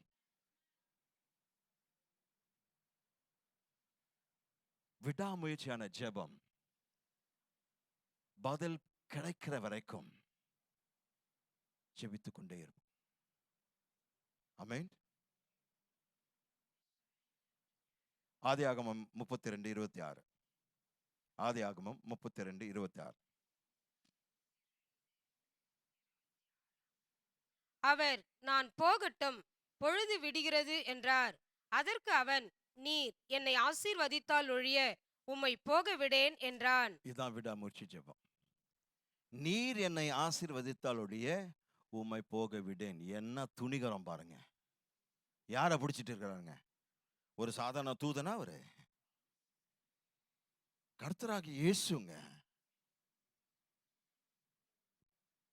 அவர் கேட்கிறார், என்ன விட்டுருப்பான்றாரு. ஹலோ, என்ன விட்டுருப்பா, பொழுது விடிஞ்சிச்சு, நான் போனோம். அவர் சொல்றாரு, இல்ல இல்ல நீ போவே முடியாது.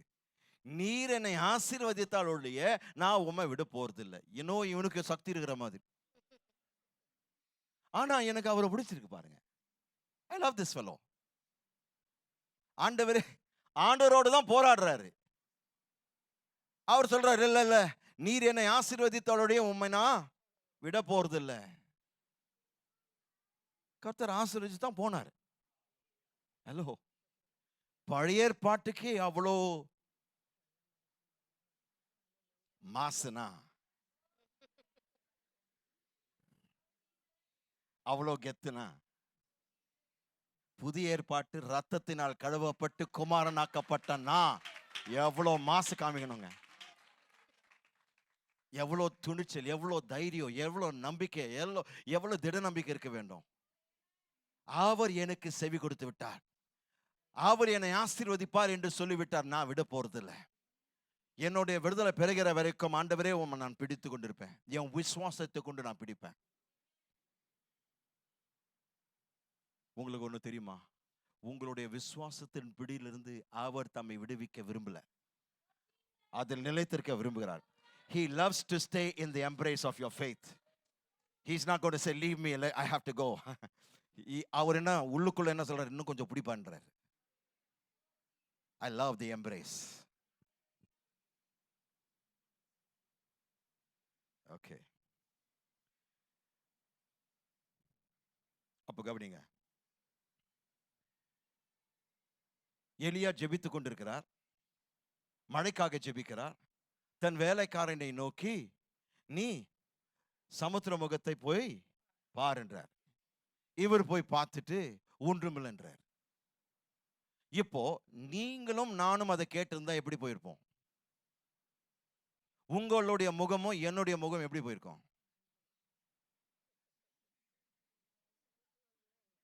என்னப்பா நீ சரியா தான் பார்த்தியா? நல்லா பார்த்து வச்சவானே, ஒன்றும் கிடையாது, டர்ன்னு முகம் போயிடும். உண்மையா இல்லைங்களா? முகம் மாறிடும். கரெக்டுங்களா? ஏன்னா அவ்வளோ ஊக்கமா ஜெபிச்சோமே, அண்ணல் பறக்க ஜெபிச்சோமே, முழங்கால் சும்மா அந்த தரையை உடைக்கிற அளவுக்கு நீங்க ஜெபிச்சீங்க. ஆனா அவர் வந்து சொல்றார் ஒன்றுமில்லை. ஆனால் கவனிங்க, அவர் திரும்பி வந்து ஒன்றுமில்லை என்று சொன்ன போதிலும் கூட இவர் எலியாவினுடைய மனம் தளர்ந்து போகவில்லை. Goodness me, that is the power of persistent prayer. விடாமுயற்சியினுடைய ஜெபத்தின் வல்லமை மகத்துவம் அதுதாங்க. நீங்க என்ன பிற்போக்கான வார்த்தை கொண்டு வந்தாலும் அதை கேட்டு நான் சோர்ந்து போக போறதில்லை. ஏன்னா என் ஆவியில் கேட்டது சத்தியம். நீ பார்க்கிறது இன்னும் சத்தியமாய் மாறல. நீ பார்க்கிறது சூழ்நிலை, நான் பார்க்கிறது சத்தியம். சூழ்நிலை மாறும், சத்தியம் ஒரு காலமும் மாறாது. Oh God, உன் சூழ்நிலை தேவனுடைய சத்தியத்தோடு நீ ஒப்பிடு பேசும்போது தயவு செய்து புரிந்து கொள்ளுங்க, இந்த சூழ்நிலை மாறும், ஆனா சத்தியம் மாறாது. எனவே இந்த சூழ்நிலை மீது என் நம்பிக்கை வைப்பதை விட தேவனுடைய மாறாத நித்திய சத்தியத்தின் மீது என் வாழ்க்கையை நான் பணிய வைக்க போறேன். Put your life on the line and put your faith in God and say, if He said it, He's able to do it in spite of my circumstances. டாக்டர்கள் சொல்லலாம் நடக்காது, ஆனால் நடக்க வைக்கிற தேவன் நம்முடைய தேவன். Oh Jesus, I'm talking to somebody. அவர் வந்து சொல்றார் ஒன்றுமில்லை. அதை கேட்டு இவர் கலங்கி போல, சோர்வடையல, விரக்தி அடையல. என்ன ஆண்டவரே, நான் உமக்காக வாழ்றேன், நான் பரிசுத்தமாய் வாழ்றேன், நான் ஜெபித்து கொண்டிருக்கிறேன், ஆனால் எனக்கு கிடைத்தது எதுவும் இல்லையா? அப்படி சொல்லல. திரும்ப போன்றார்.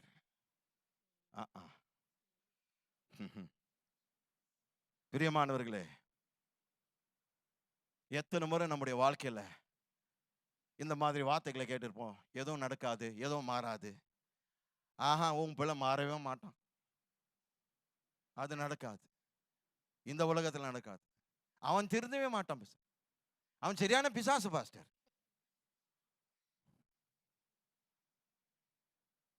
ஒரு சிஸ்டர் என்கிட்ட வந்து சொல்றாங்க, என் கணவர் ஒரு பிசாசு பாஸ்டர், அவன் திருந்தவே மாட்டான். அப்போ நான் விளையாட்டுக்காக சரி அவர் செத்துட்டோம் ஜெபம் பண்ணலாமா? என்ன பாஸ்டர் நீங்க இப்படியெல்லாம் பேசுறீங்க? என்ன சிஸ்டர் இப்போதான் நீங்க பிசாசுன்னீங்க, பிசாசு வாழ வைக்க கூடாதே. அது ஒரு பேச்சுக்கு சொன்னேன். உடனே அவங்க வந்து கோவம், நம்ம மேல கோவப்படுறாங்க. அவங்க தான் பிசாசுன்னு கூப்பிட்டாங்க. நான் சும்மா எடுத்து சொன்னேன், ஏன்னா அவங்களுக்கு வந்து அது தெரியணும்ட்டு. உடனே அடுத்த உண்மையான உள்ள வந்துடுச்சு வெளியே. அவர் பண்ற சேஷ்டா தாங்க முடியாம கோவத்துல பேசுறாங்க, ஆனா உள்ளத்துல அவர் மேல என்ன பாசம். பிரியமானவர்களே, வாயன் வார்த்தைகளை வைத்து கொண்டு மக்களுடைய உள்ளத்தை எடை போடுறாதீங்க. சில நேரத்துல கோவத்துல பல காரியங்களை பேசக்கூடாது, சில நேரத்துல பேசிடுறோம். ஆனால் கர்த்தர் சொல்கிறார், நான் காரியத்தை வாய்க்க பண்ணுவேன். எப்பொழுது? நீ வாயின் வார்த்தைகளை பார்க்காத, சத்தியத்தை பார். ஓ குட்னஸ் மீ. அவர் சொல்றார், ஒன்றுமில்லை, நீ திரும்பி போய் பாருப்பான்றாரு. ஏதோ நடக்கல ஐயா, நடக்கும் ஐயா, போய் பாருன்றாரு. திரும்ப போ. பக்கத்துல பார்த்து சொல்லுங்க, திரும்பி போங்க. சரியான நபர் இல்ல, இன்னொருத்தரை பார்த்து சொல்லுங்க, திரும்பி போங்க.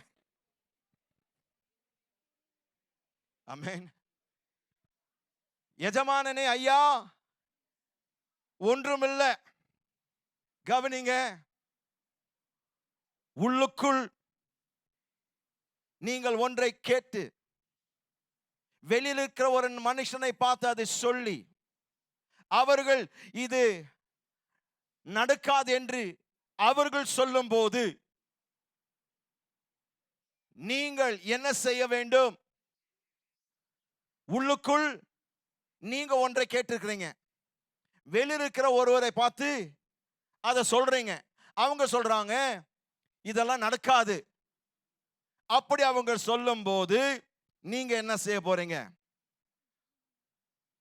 நீங்க அவர்களை பார்த்து திரும்பி போ, மீண்டுமாய் பார் என்று சொல்லக்கூடிய விசுவாசம் உங்களுக்கு இருக்க வேண்டும். துணிச்சலான விசுவாசம் இருக்க வேண்டும். ஒன்றுமில்லையா, திரும்பி போப்பா, திரும்பி போய் பார். இருக்கிறீங்களா? 45ஆம் வசனத்தை மீண்டுமாய் வாசிங்க.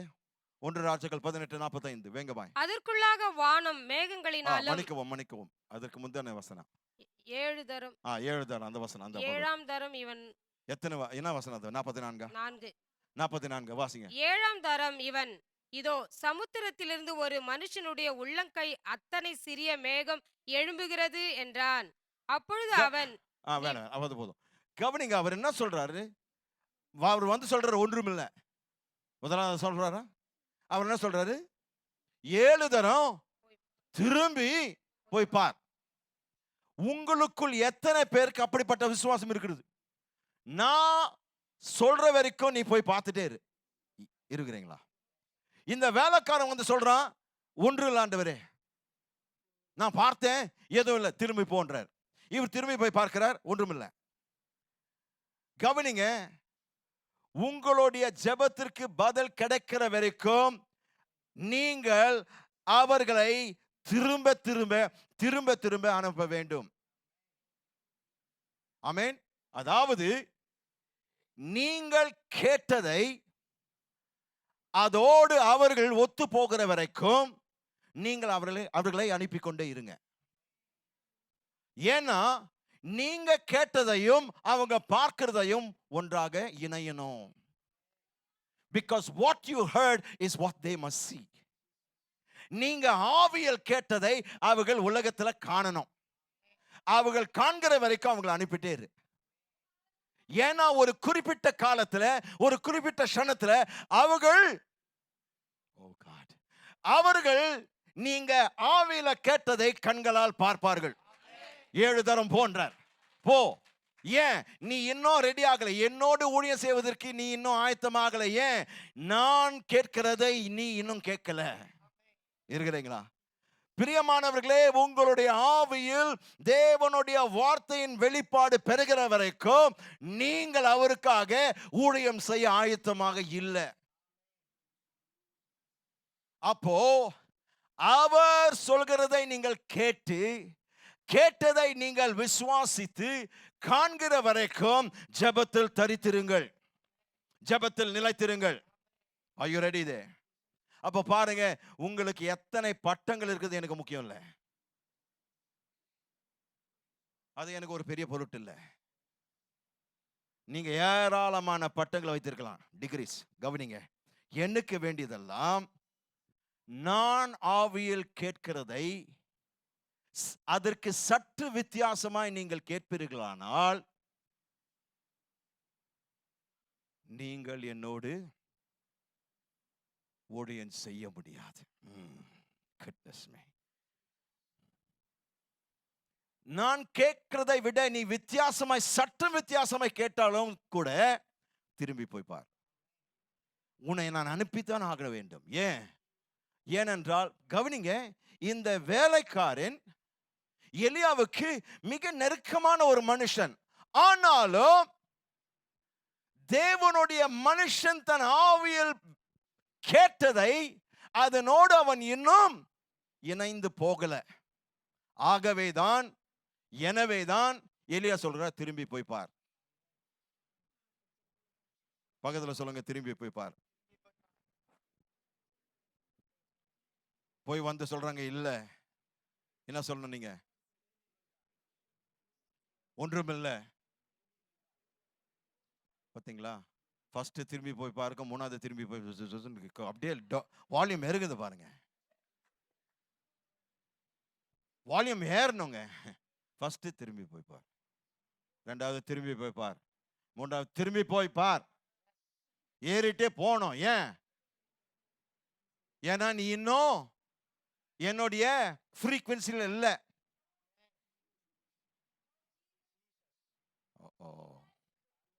நான் உன்னை வளர்க்க முயற்சிக்கிறேன். போய் உன்னுடைய ஆவிக்குரிய செவிகளை தர, உன் ஆவிக்குரிய கண்கள் திறக்கப்படுவதாக. நீ பார்க்கிறது சரியல்ல, ஏன்னா நீ இன்னும் ஆவிக்குள் விழிப்புள்ளவனாய் மாறல. போ, திரும்ப போ. எத்தனை முறை போறது? நான் சொல்ற வரைக்கும் போ.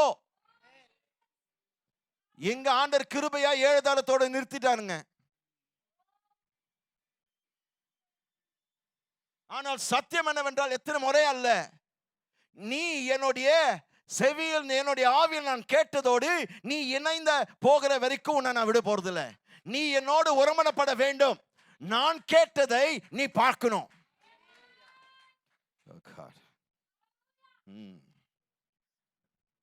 பிரியமானவர்களே, நீங்கள் பெருமழையை காண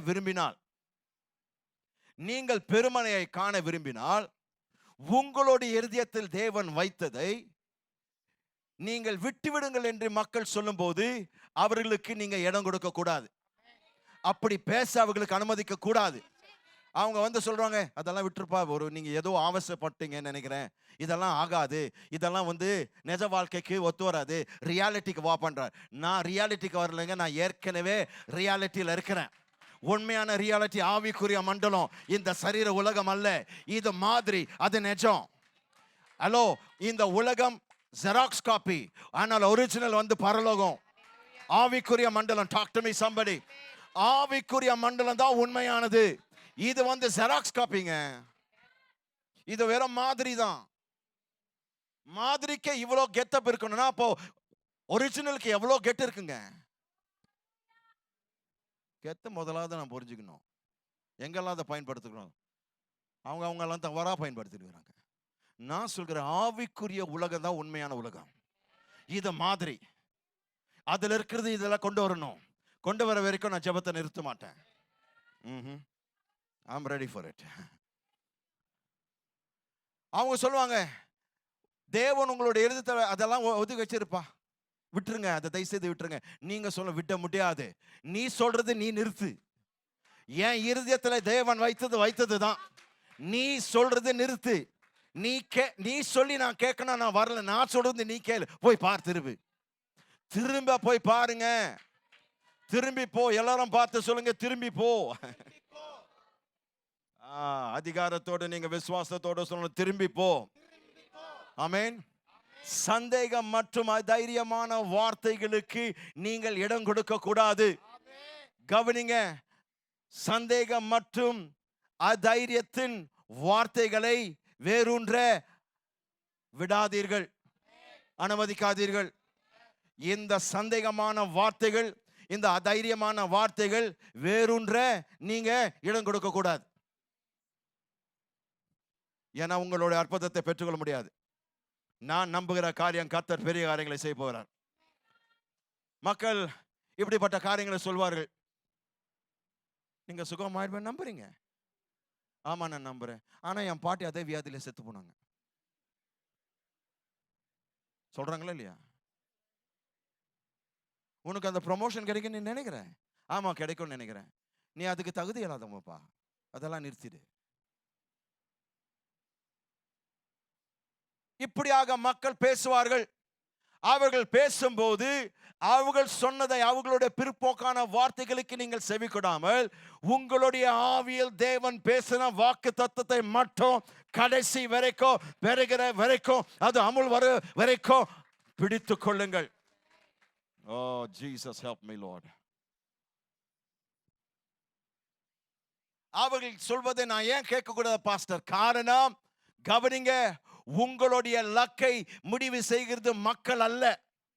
People don't determine your destiny. God only does. Are you with me?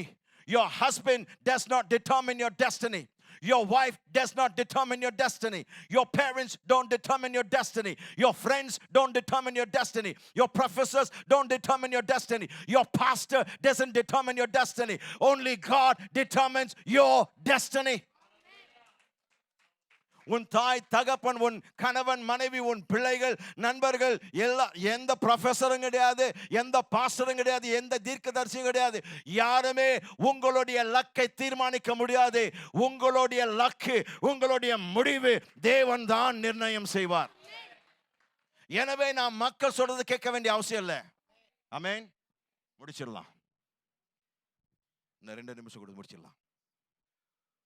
கவனிங்க, உங்கள் மீது பேசப்பட்ட எந்த பிற்போக்கான வார்த்தைகளை விட உங்களுடைய ஆவியில் நீங்கள் கேட்டதை மிக மிக வல்லமை வாய்ந்தது. Let me say that again. கவனிங்க, ப்ளீஸ் கவனிங்க. உங்கள் மீது பேசப்பட்ட ஆயிரக்கணக்கான லட்சக்கணக்கான பிற்போக்கான வார்த்தைகளை விட உங்களுடைய ஆவியில் தேவன் சொன்னதை, நான் சொல்கிறேன், அந்த வார்த்தைகள் மிக மிக வல்லமை நிறைந்தவர்கள், வல்லமை வாய்ந்தவைகளாய் இருக்கின்றன. What you hear in your spirit is more powerful than all the lakhs and thousands of negative words over your life. ஆனா விசுவாசிங்க பாருங்க, யாராவது ஒன்னு சொல்லிட்டா போதும், அதை பிடிச்சிட்டு அப்படியே தூங்கிட்டு இருப்பார். பாஸ்டர் அவர் என்ன சொன்னா தெரியுமா? எப்படி பாஸ்டர் அவர் அப்படி பேசலாம்? அவர் தானே பேசினாருங்க, அவர் சொல்லியே. ஆனா அவர் எனக்கு நேசமானவர். உங்களுக்கு நேசமானவர் இந்த உலகத்துல தான். ஆனாலும் சிருஷ்டி கர்த்தர் ஒன்னு சொல்லிட்டாரு, உன் முடிவு என் கையில, உன் முடிவை நான் நிர்ணயம் பண்ணியிருக்கிறேன். நான் ஏற்கனவே உன்னுடைய முடிவு மகத்துவம் என்று சொல்லிவிட்டேன். Oh, come on, talk to me somebody.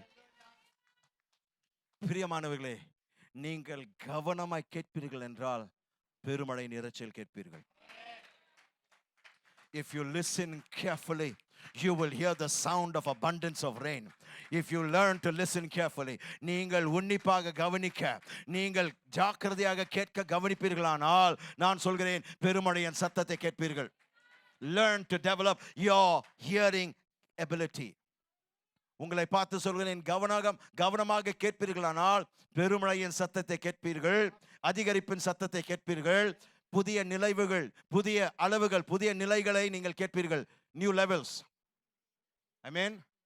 கர்த்தர் இந்த காலையில் இந்த சபையை பார்த்து சொல்கிறார், உங்களை புதிய நிலைகளுக்குள் கொண்டு போகிறேன்.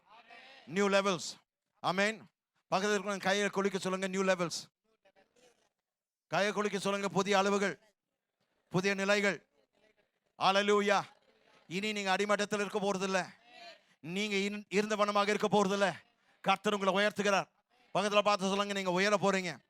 உங்க நிலைகள் மாறுகிறது, படிப்படியா ஏற போறீங்க. ஆமென். உங்களுடைய பரிமாணங்கள் மாற போறது. சொல்லுங்க, பரிமாணங்கள், பரிணாமங்கள் இல்ல, மாத்தி சொல்லிடாதீங்க. பரிமாணங்கள், டைமென்ஷன்ஸ். பரிணாமம் கொள்கைன்னு போயிட்டு போறீங்க. ஸ்லைட் தான் டிஃபரன்ஸுங்க.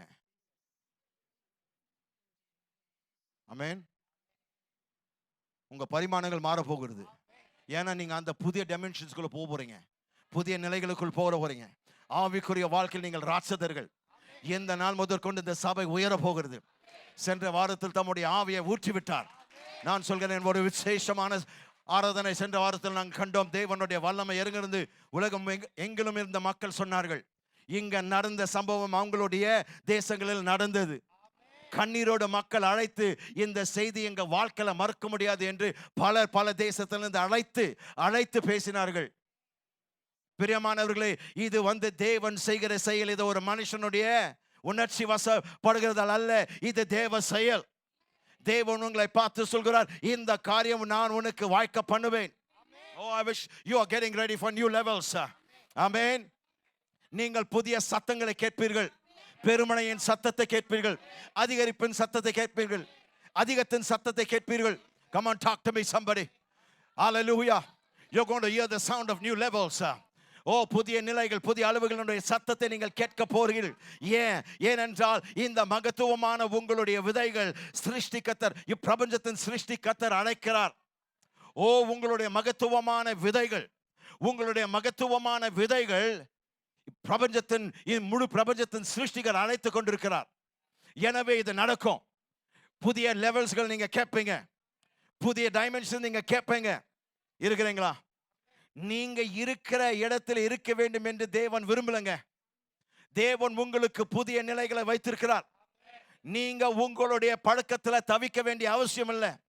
உங்களுடைய பாவத்துல நீ தவிக்க வேண்டிய அவசியம் இல்லை. வெளியே வா இயேசுவின் நாமத்துல.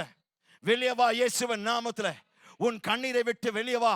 உன் சந்தேகத்தை விட்டு வெளியே வா. உன் பயத்தை விட்டு வெளியே வா. உன் அதைரியத்தை விட்டு வெளியே வா. உன் சோர்வை விட்டு வெளியே வா. உன் கலக்கத்தை விட்டு வெளியே வா. உன் வியாகுலத்தை விட்டு வெளியே வா. காரணம், நீங்க புதிய லெவல்ஸுக்கு தேவன் உங்களை கொண்டு போகிறார். New levels of anointing. அபிஷேகத்தின் புதிய நிலைகள், அபிஷேகத்தின் புதிய அளவுகள். ஆமென். எத்தனை பேர் நம்புறீங்க? தேவன் இதெல்லாம் உங்களுக்காக வைத்திருக்கிறார். ஆனால் நீங்கள் அதை பெற விரும்பினால் நீங்கள் அவரோடு ஒருமனப்பட வேண்டும். அதாவது நீங்க என்ன சொல்றீங்க?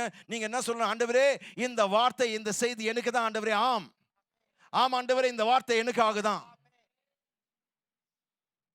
இந்த வார்த்தை நான் பெற்றுக்கொள்கிறேன். இந்த செய்தி நான் பெற்றுக்கொள்கிறேன். நீங்க சொல்லணும், என்னுடைய பிள்ளை வழிவிலகி சென்று விட்டால் நான் கவலைப்படல. ஏனென்றால் அவருடைய ரட்சிப்பின் சத்தத்தை நான் கேட்கிறேன். ஒருவேளை நீங்க சொல்லலாம், நான் சுகவீனமாய் உணர்கிறேன். நீங்க சொல்றீங்க, நான் சுகவீனமாய் உணர்ந்தாலும் நான் சொல்கிற காரியம், நான் இதை குறித்து அதைரியப்படல. ஏன் அதைரியப்படல? ஏனென்றால் சுகத்தின் சத்தத்தை கேட்கிறேன். என்னுடைய சுகம், என்னுடைய ஆரோக்கியத்தின் சத்தத்தை நான் கேட்கிறேன். ஒரு இழப்பின் ஊடாய் நான் கடந்து போயிருக்கலாம். அந்த இழப்பை பார்த்து நான் மனசோடு வாழ போறதில்லை. ஏன் நீ வாழ போறதில்லை? ஏனென்றால் நான் புதிய ஆரம்பங்களின் சத்தத்தை கேட்கிறேன். I'm hearing the sound of new beginnings. I wish I had a witness in here. I'm hearing the sound of new beginnings. என் வாழ்க்கையில புதிய துவக்கங்கள், என் வாழ்க்கையில புதிய ஆரம்பங்கள் தேவன் அந்த சத்தத்தை கேட்க வைக்கிறார். எனவே நான் என்னதான் இழந்தாலும் நான் இரட்டிப்பாய் பெறுவேன். நான் இழந்து போனதை கர்த்தர் மீண்டும் எனக்கு திருப்பி தருவார். ஏன்னா என் ஆவியில் அந்த சத்தத்தை நான் கேட்டிருக்கிறேன். ஆமென், ஆமென். எல்லாரும் சொல்லுங்க, பெருமழையின் இரைச்சல் நான் கேட்கிறேன். பெருமழையின் சத்தத்தை நான் கேட்கிறேன். எனக்கு தெரிகின்ற காரியம், என்னுடைய வறண்ட காலம், என்னுடைய வறட்சியின் காலம் முடிவுக்கு வருகிறது என்று அறிந்திருக்கிறேன். அறிந்தவர்கள் கரங்களை தட்டி தேவனை மகிமைப்படுத்துங்க.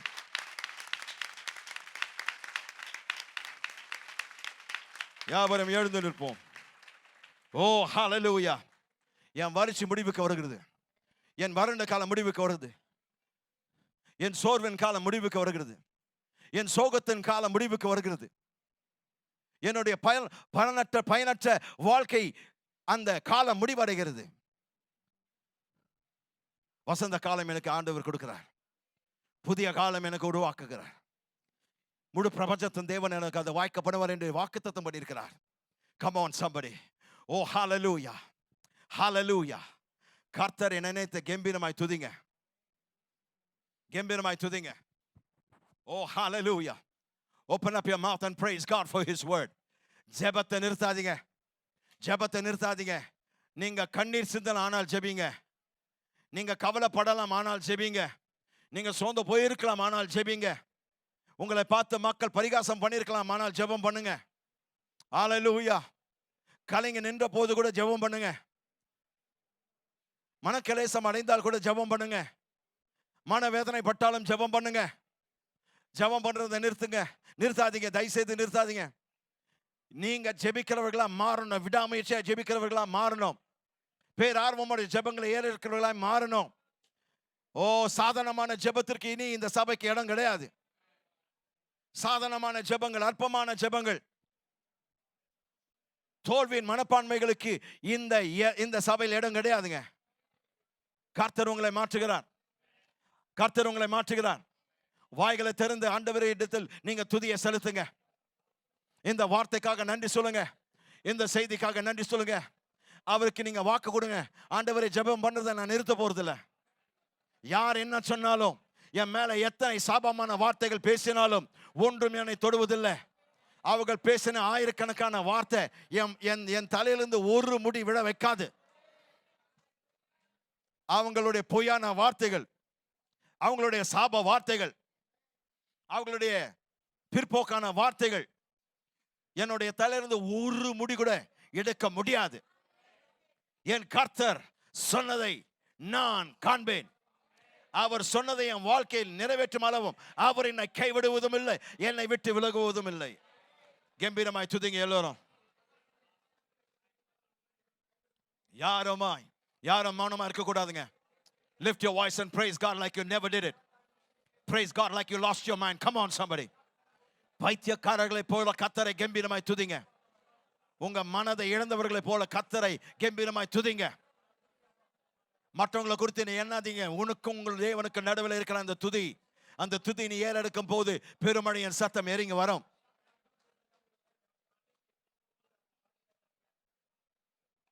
துதிங்க.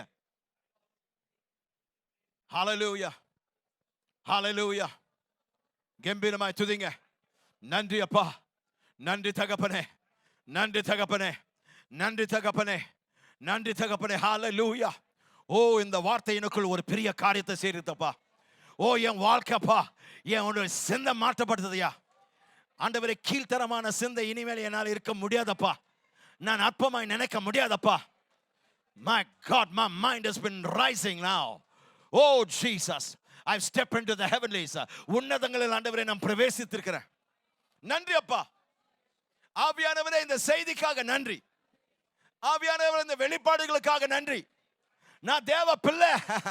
ஓ ஷாட்டலாமா காண்டே, ஓ ராமானே கேபகாட்டோரபோ சாண்டிரியாண்டா, ராமானா கமானா காண்டேரியோ ஷாயா, ebreke bakatoro mosante reketala brando rande kama mambro satalaba brakatala baba baba sere endereo kandrando makara mana bakandere boshaya shatalebe brangera manama sekenere boshaya vallama vallama vallama vallama vallama vallama ஊற்றுங்கப்பா.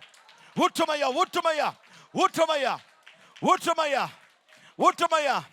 வெற்றியின் மனப்பான்மை ஊற்றும், சுகத்தின் மனப்பான்மை ஊற்றும், சாதனையின் மனப்பான்மை ஊற்றும். ஓ ஜீசஸ், பிரகாட்டேல பரபாசண்டா மம்ப்ரகேபா ராசங்கெரே போஷாண்டரா. துதிக்கிறோம் ஆண்டவரே, மனந்தியோடு துதிக்கிறோம், மனந்தியோடு துதிக்கிறோம். பெருமழையின் சத்தத்தை கேட்கிறேனப்பா. என் ஆவியில கேட்டம்பா, பெருமழையின் சத்தத்தை கேட்டம்பா. இனி யார் என்ன சொன்னாலும் ஆண்டவரே எனக்குள் ஏறாது. மாறா அவர்களை திருப்பி அனுப்புவேன்ப்பா. திரும்பி போய் பார்க்கும்படி அனுப்புவேன்ப்பா. நான் கேட்டதும் அவங்க பார்த்ததும் இணைகிற வரைக்கும் அவங்களை திருப்பி அனுப்புவேன்ப்பா. அது யார் இருந்தாலும் சரி, எனக்கு கவலை இல்லை. திருப்பி அனுப்புவேன், திருப்பி அனுப்புவேன்.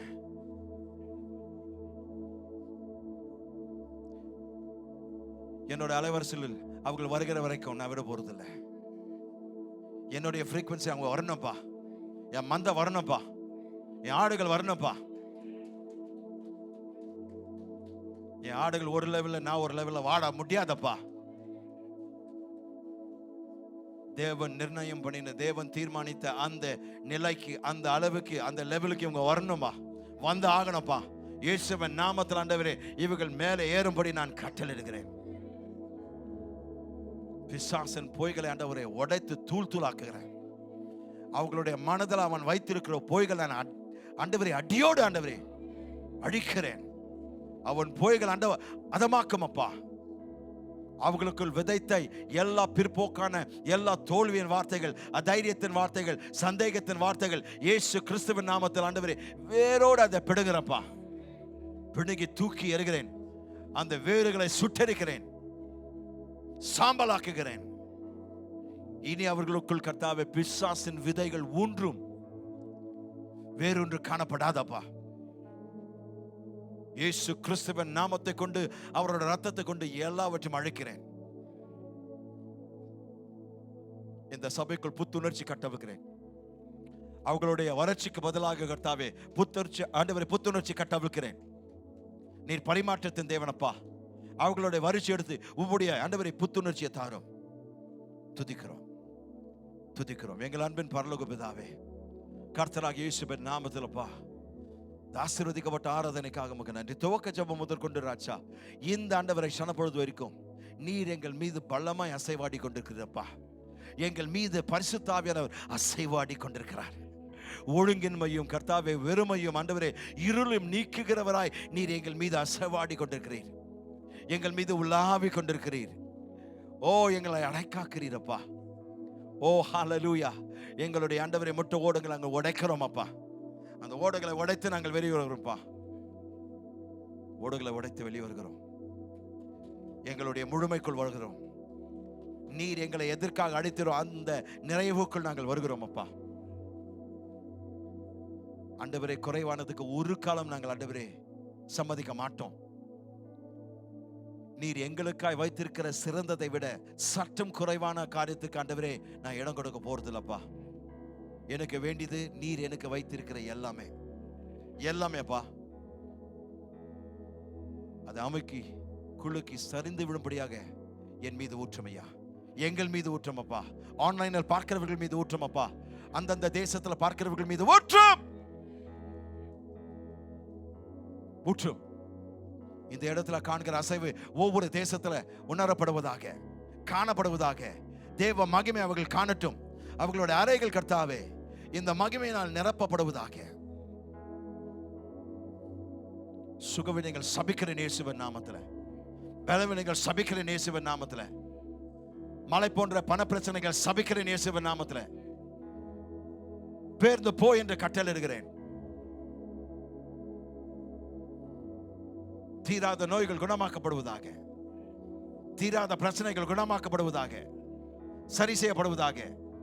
தீர்வுகள் கட்டவிழ்க்கிறேன், முடிவுகள் கட்டவிழ்க்கிறேன், தேவ சித்தத்தை கட்டவிழ்க்கிறேன், தேவனுடைய நோக்கத்தை கட்டவிழ்க்கிறேன். ஒருவரும் கர்த்தாவை வந்தவனமாக திரும்பி போக கூடாதப்பா.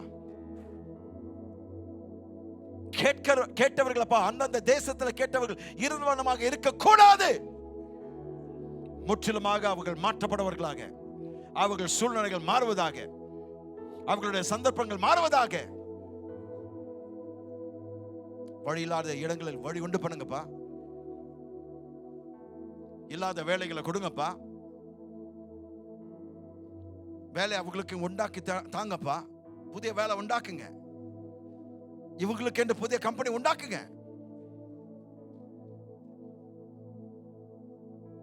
ஒருவரும் ஆண்டவரை வேலை இல்லாமல் இருப்பது உங்களுடைய சித்தம் இல்லப்பா. அந்த சித்தத்தை நிறைவேற்றுங்க. நாங்கள் ஊக்கமாய் ஜெபிக்கிறோம், தீவிரமாய் ஜெபிக்கிறோம், வைராக்கியமாய் ஜெபிக்கிறோம். எங்கள் ஜெபத்தை கேளுங்கப்பா. ஹல்லேலூயா. ஒவ்வொருத்தருடைய வாழ்க்கையில் கர்த்தாவே அற்புதங்கள் பெருகுவதாக, அதிசயங்கள் பெருகுவதாக, நன்மையின் கிருபையும் பெறுவதாக, இரக்கமும் தயவும் பெருகுவதாக. அவர்களுடைய வாழ்க்கையில் கர்த்தாவே எல்லாம் சாத்தியமாகட்டும். அவர்களுடைய வாழ்க்கையில் எல்லாம் கைகூடி வரட்டும். நீ சொன்னதை அவர்களுடைய வாழ்க்கையில் ஆண்டவரே நிறைவேற்றப்படுவதாக. அவர்களுடைய விசுவாசத்தை தூண்டும் அப்பா.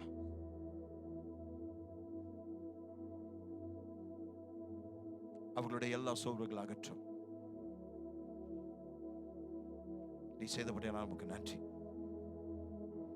விசேஷமாய் கர்த்தாவே இந்த நாளிலும் வருகிற வாரத்திலும் தங்களுடைய பிறந்த நாள் மற்றும் திருமண நாட்கள் கொண்டாடுகிற மக்களுக்காய் ஜெபிக்கிறேன். பேர் பேராக அவர்களை ஆசீர்வதித்துள்ளோம்.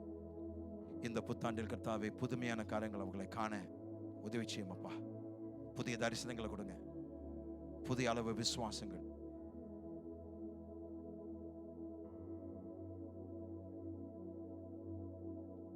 உன் விசுவாசம் பெரிது என்று நீர் அப்ப இந்த வருடத்தில் அவர்களை பார்த்து சொல்லக்கூடிய அளவுக்கு அவர்களுடைய விசுவாசம் ஆண்டவரை வர்த்திக்க பண்ணும். இந்த புத்தாண்டில் கர்த்தாவே ஆவி ஆத்ம சரீரத்தில் அவங்களுக்கு வேண்டிய யாவற்றையும் கொடுத்து இந்த ஆண்டு முடிசூட்டும் அப்பா. உடைய நன்மையினாலும் கிருபையினாலும் உடைய ஆசீர்வாதங்களினாலும் உடைய அபிஷேகத்தினாலும் உடைய பிரசனத்தினாலும் உடைய வல்லமையினாலும் அவர்களுடைய ஆண்டவரே வாழ்க்கையை இந்த புத்தாண்டில் முடிசூட்டும். அவர்களுடைய திருமணத்தை முடிசூட்டும். எல்லா துதி கன மகிமை ஒருவருக்கு நாங்கள் செலுத்துகிறோம். கர்த்தராகிய இயேசுவின் நாமத்தில் ஜெபிக்கிறோம் எங்கள் நல்ல பிதாவே, ஆமென், ஆமென். கர்த்தராகிய இயேசு கிறிஸ்துவின் கிருபையும் பிதாவாகிய தேவனுடைய அன்பும் பரிசுத்தாவினுடைய பிரசனம், வல்லமை, வழிநடத்துதல், அவருடைய அனுகிரகம் உங்கள் மீதும் என்றும் என்றும் இருப்பதாக. ஆமென், ஆமென். கர்த்தருடைய ஆசீர்வாதத்தை நாம் கூறுவோம். தேவனுடைய ஆசீர்வாதத்தை உங்கள் மீதும் உங்களுடைய பிள்ளைகள் மீதும் உங்கள் குடும்பத்தின் மீதும் அறிக்கை செய்யுங்க. யாவரும் அறிக்கை செய்து இந்த பாடலை பாடி நாம் கடந்து செல்லலாம். கர்த்தர் என்னை ஆசீர்வதித்து என்னை காக்க கடவர். கர்த்தர் தம்முடைய முகத்தை என் மேல் பிரகாசிக்க பண்ணி என் மேல் கிருபை இருக்க கடவர். கர்த்தர் தம்முடைய முகத்தை என் மேல் பிரசன்னமாக்கி எனக்கு சமாதானம் கட்டளையிட கடவர் என்பதே. ஆமென்.